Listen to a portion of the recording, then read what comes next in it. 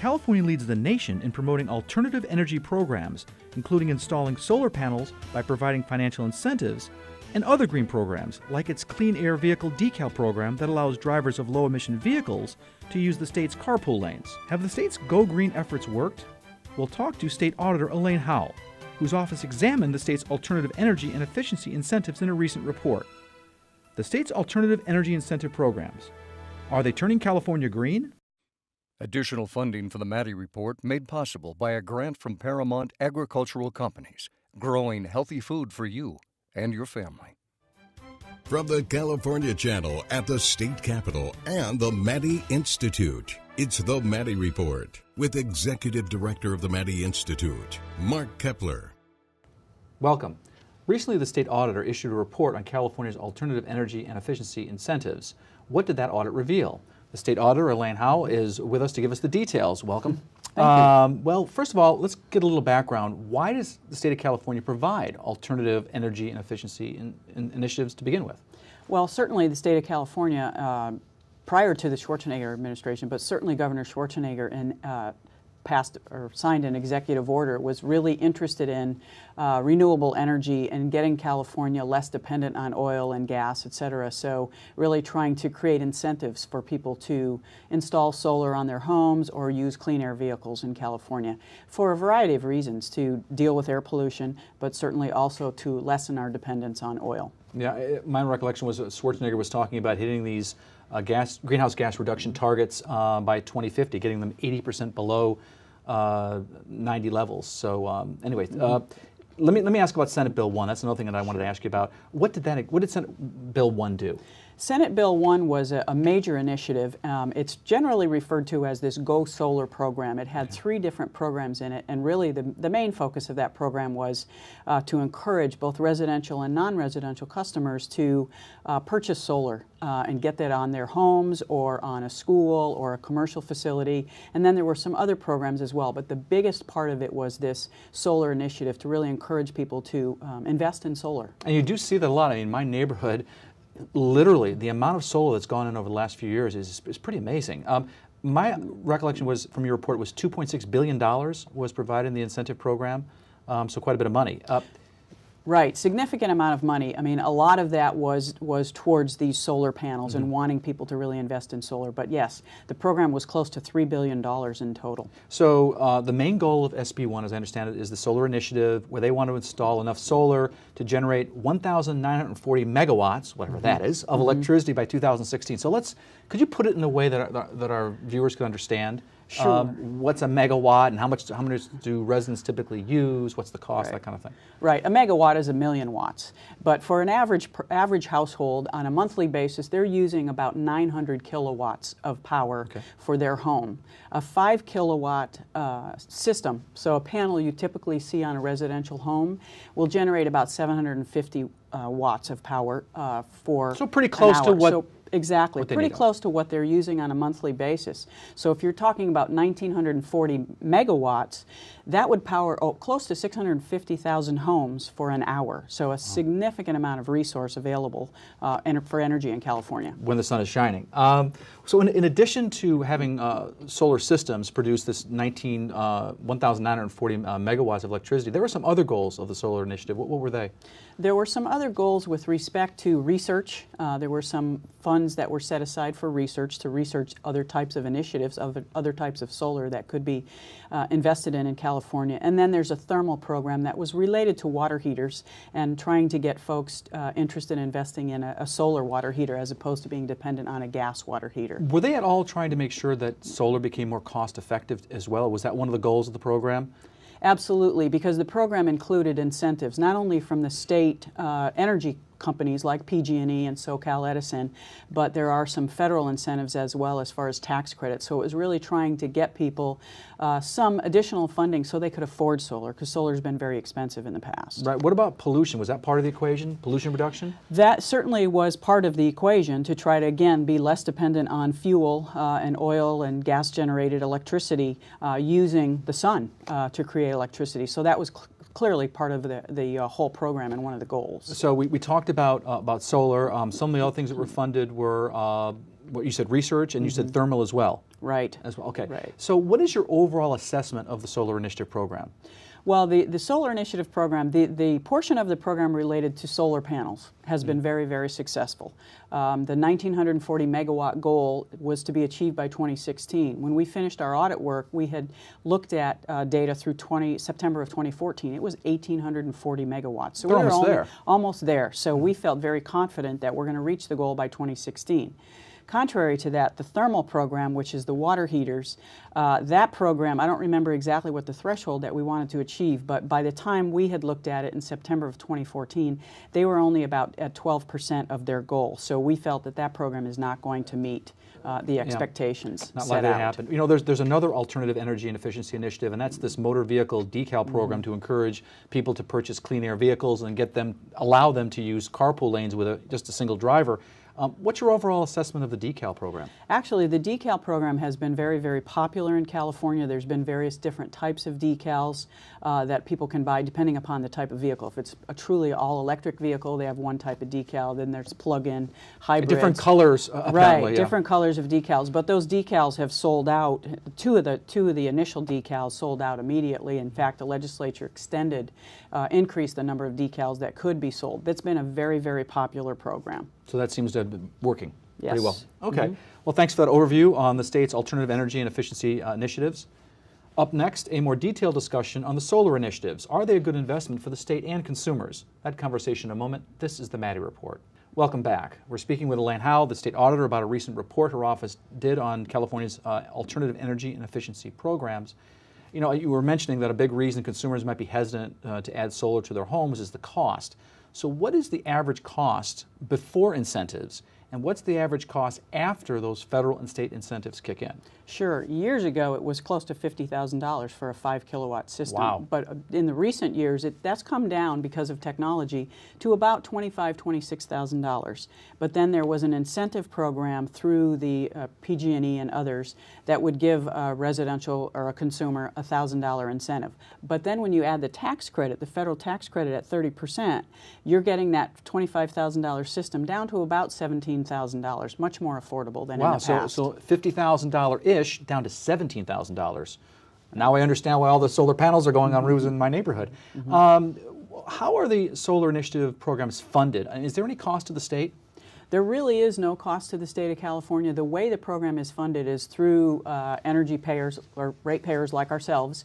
There's a surcharge on our energy bill that pays for this particular program. And then the state administration of the program essentially is paid for by PG&E, Southern California Edison. The state bills the energy companies and they get a portion of the surcharge. But that essentially funds the program. So there really is It's not money coming out of the general fund or anything like that? No.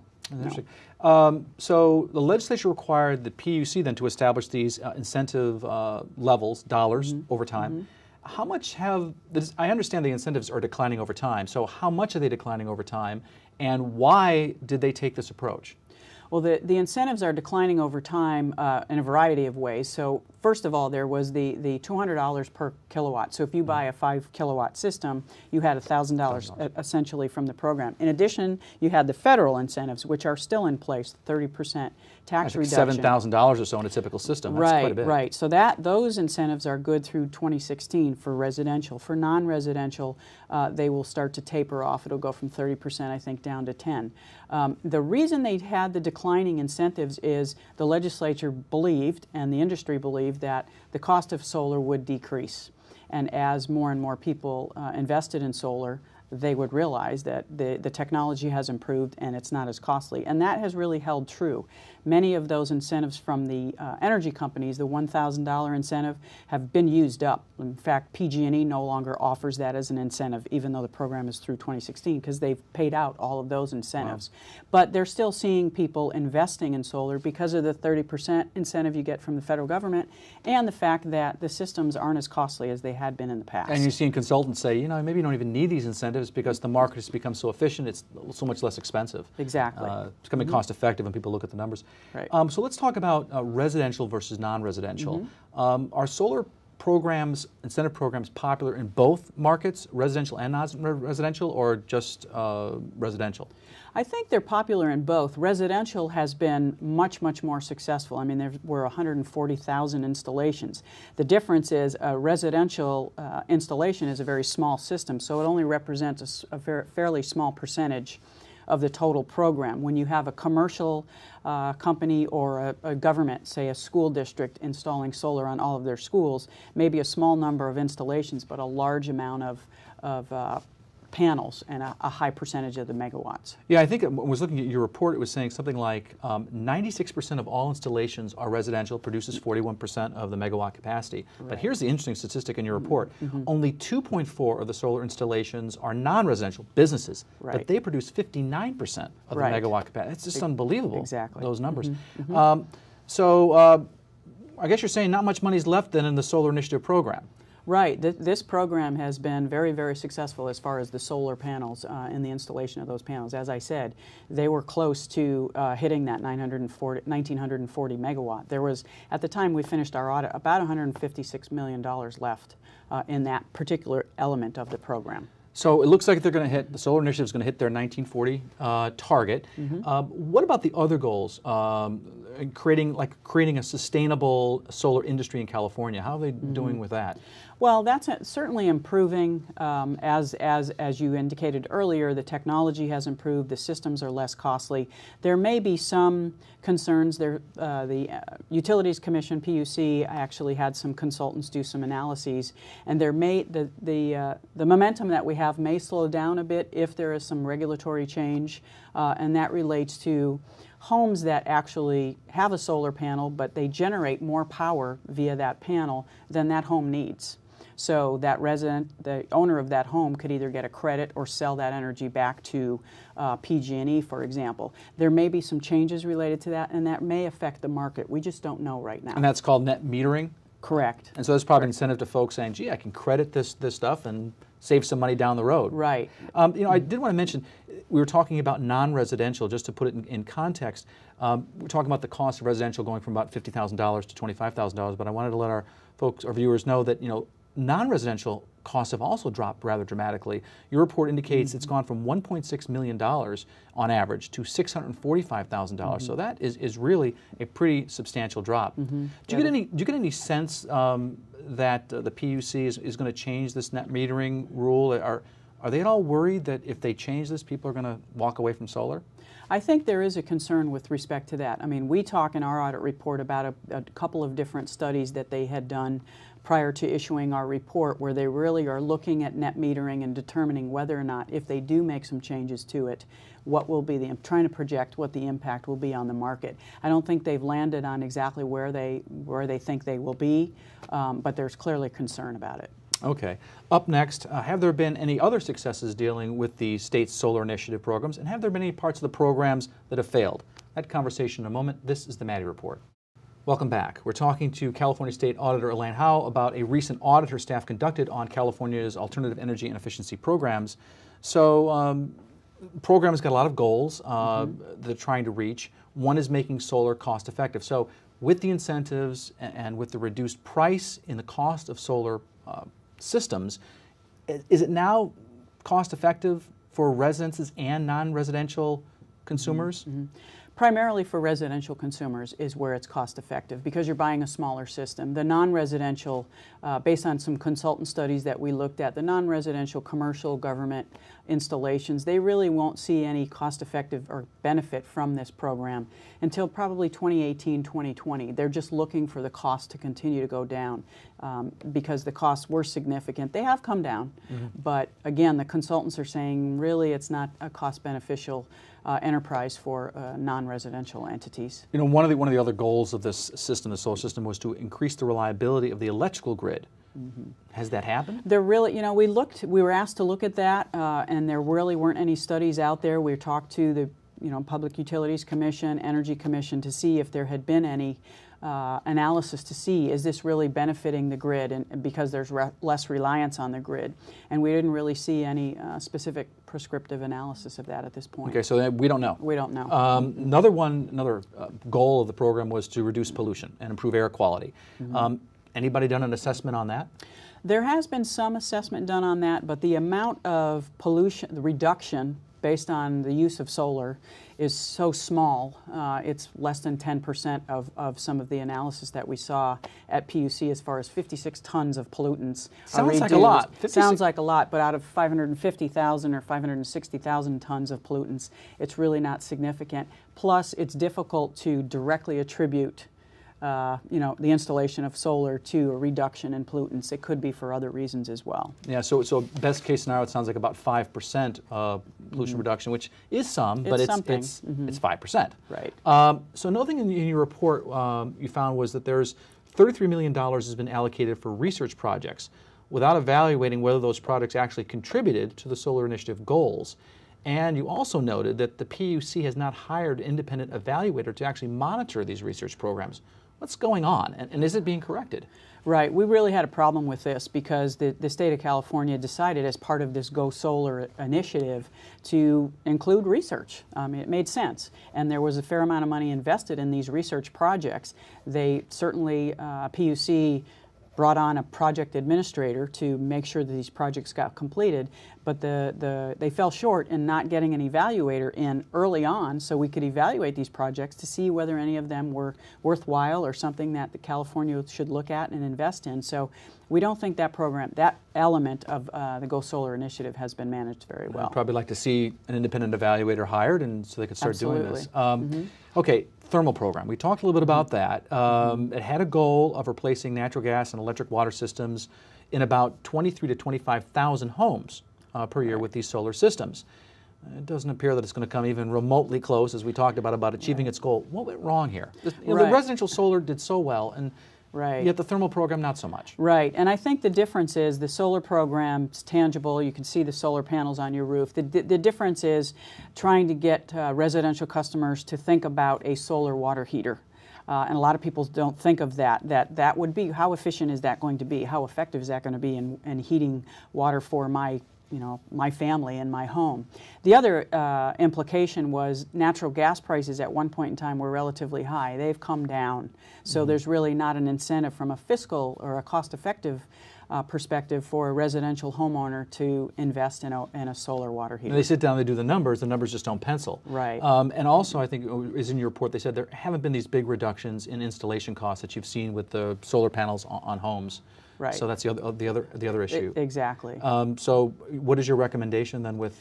Well, we thought that there may be ways to, if possible, take some of that money from the thermal program and invest it in the solar initiative, the solar panel program, because if this program is not going to work and there's funding available, then perhaps shift it. There may not be a significant amount of money because the way the thermal program works is similar to the solar panel program, where it's a surcharge on someone's gas bill or electric bill. So it's a reimbursement type program. So essentially what may happen is they may just cut the program off and stop collecting that surcharge. You think about it, just to put the numbers in perspective from your report, you're saying there was $306 million available, only $37 million spent. Right. So they've got $268 million left in this program that they're not spending. Potentially, yes. Okay, up next, we're going to talk about the other major alternative energy program, the DECAL program for clean air vehicles. Is it resulting in the purchase of more low or non-polluting cars, and is that improving air quality? That conversation in a moment. This is the Maddie Report. Welcome back. We're talking with Lane Howell, the state auditor, about California's alternative energy initiative programs and whether they work. One of the more visible alternative energy programs is the Clean Air Vehicle DECAL program. We see those on cars around town. It encourages the purchase of low-emission vehicles because it allows people driving those cars to be in the carpool lane if it's a single-occupancy vehicle. Who administers that program, and has its effectiveness been evaluated? Well, there are 4 different state agencies that are involved in this particular program. That already sounds like the answer is no. No, it has been in a very effective program. And the reason there are different state agencies involved, the Energy Commission determines which vehicles would qualify. Of course, Motor Vehicles sells the decals. DMV, right. And then Highway Patrol manages the roads to make sure that if you're in the carpool lane, you have the decal and you should be there. If you're not with that decal, then they want to get you out of that lane. And then the Caltrans monitors the freeway to make sure that there isn't congestion in the lanes and damage to the freeways. Sounds like there's a lot of cooks in the kitchen. There are a lot of cooks in the kitchen. It has been a very successful program, however, for the state of California. Lots of vehicles have been sold in California, and certainly many of those folks, in fact, some of the decal programs, there were 3 different types.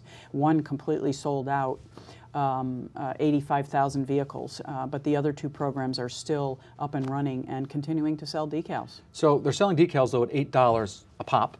And you looked at that and said, you know, maybe that's a little low, and you need to raise it to $15. So I'm just wondering, how did you arrive at that figure? How much additional money do you think that would generate, and does DMV agree? Because they're selling the decals. Yes, I think DMV agrees. The reason we were able to identify that is we looked at what's the cost of this particular program and then divided it by the number of decals to figure out how much it would cost to basically break even. DMV had not looked at that. They initially established the $8 fee back in 2002 when this program first started. So they hadn't really reassessed. So we did a pretty basic analysis and let DMV know that to cover your costs, you should be charging $15 for and these they probably decals. said, we think that's probably a good idea. We Right. agree with that. You see all these low-emission vehicles in carpool lanes. I'm wondering, what is the impact on congestion in carpool lanes? Well, that was a concern that the member who requested the audit had, as far as, is this really causing major congestion? And that's part of what Caltrans's role is looking at the carpool lanes to see if they're deteriorating because of congestion. Certainly there's been an increase in the number of vehicles in those lanes, but it has not been significant enough to cause a problem. The other thing Caltrans has to do is report to the federal government, certainly on federal highways in California, to make sure that that's not affecting those roadways. And they have there certain really speed limits that they have to maintain on those carpool Right. lanes, and I think I was reading your report, 45 miles an hour. Mm-hmm. And if you're stuck in a carpool lane, the federal government wants to see those things moving. Right. And right. so they looked at it and they had the feeling that it really wasn't impacting? Right. They didn't see a significant impact on the HOV lanes, the carpool lanes. The thing to keep in mind, one of the things that we also looked at with respect to this program is Central Valley is where a lot of the pollution is. That's not where a lot of the HOV lanes, carpool lanes are. The carpool lanes are primarily in Los Angeles, San Francisco, the big urban areas, and that's where we're seeing most of these decals being sold. The ARB, Air Resources Board, is the person or the agency responsible for dealing with air quality issues. It hasn't assessed the decal program because it's not been asked to. So we really don't have any idea the impact this decal program and these clean air vehicles are having on pollution, do we? No, we really don't. And you're right, I misspoke earlier as far as Energy Commission. It is the Air Resources Board, and they haven't done an analysis to determine whether or not this particular program has had an impact, a positive impact on air pollution in California. But clearly, one of the concerns that was raised by the member requesting the audit, Mr. Gray, Adam Gray, Assemblymember Gray, was Central Valley, a lot of pollutants in the Central Valley. Where are these decals being sold and who's purchasing them? Well, there's like 80, I read somewhere about 80,000 electric vehicles in California. You would think that many electric vehicles would help reduce pollution. Of course, where the electricity is generated is the other end of that equation, and if it's generated by a coal-fired plant, then really you're not saving anything in terms of pollution. So it's just interesting because that seemed to be a big motivation for getting people in these kinds of low-emission cars. Sure, absolutely. I mean, you're certainly, if that individual is exchanging a gas-powered vehicle for an all-electric vehicle, okay, we've taken hopefully a gas-powered vehicle off the road. But when you're talking 80,000 or 85,000 vehicles, that's not a significant number. And when I've read about pollution, it seems like in Southern California, it's autos that is driving the pollution equation, but in the Valley, it's diesel trucks. So it's a different dynamic. One last question. So what are your recommendations regarding the state's decal program? Well, some of the recommendations we had related to that program is we really felt that Air Resources Board needs to do an analysis to see whether or not this really is having an impact on air pollution in California. We also felt that, as you mentioned earlier, the Department of Motor Vehicles needs to assess its costs, make sure it can recover its costs. And then, Caltrans and Highway Patrol need to continue to do what they're doing as far as monitoring the program. Okay, well, I want to thank California State Auditor Lan Howell for joining us. If you'd like to stay current on state and local politics, you can sign up for our free e-newsletter, The Maddie Daily, by logging on to our website at maddieinstitute.org. This is Mark Kepler for The Maddie Report. Thanks for joining us. The views expressed in the Maddie Report are those of the individuals participating in the program and do not necessarily reflect those of the California Channel or the Maddie Institute. If you'd like to share your thoughts about the points and opinions expressed on the Maddie Report, visit our website at maddieinstitute.org.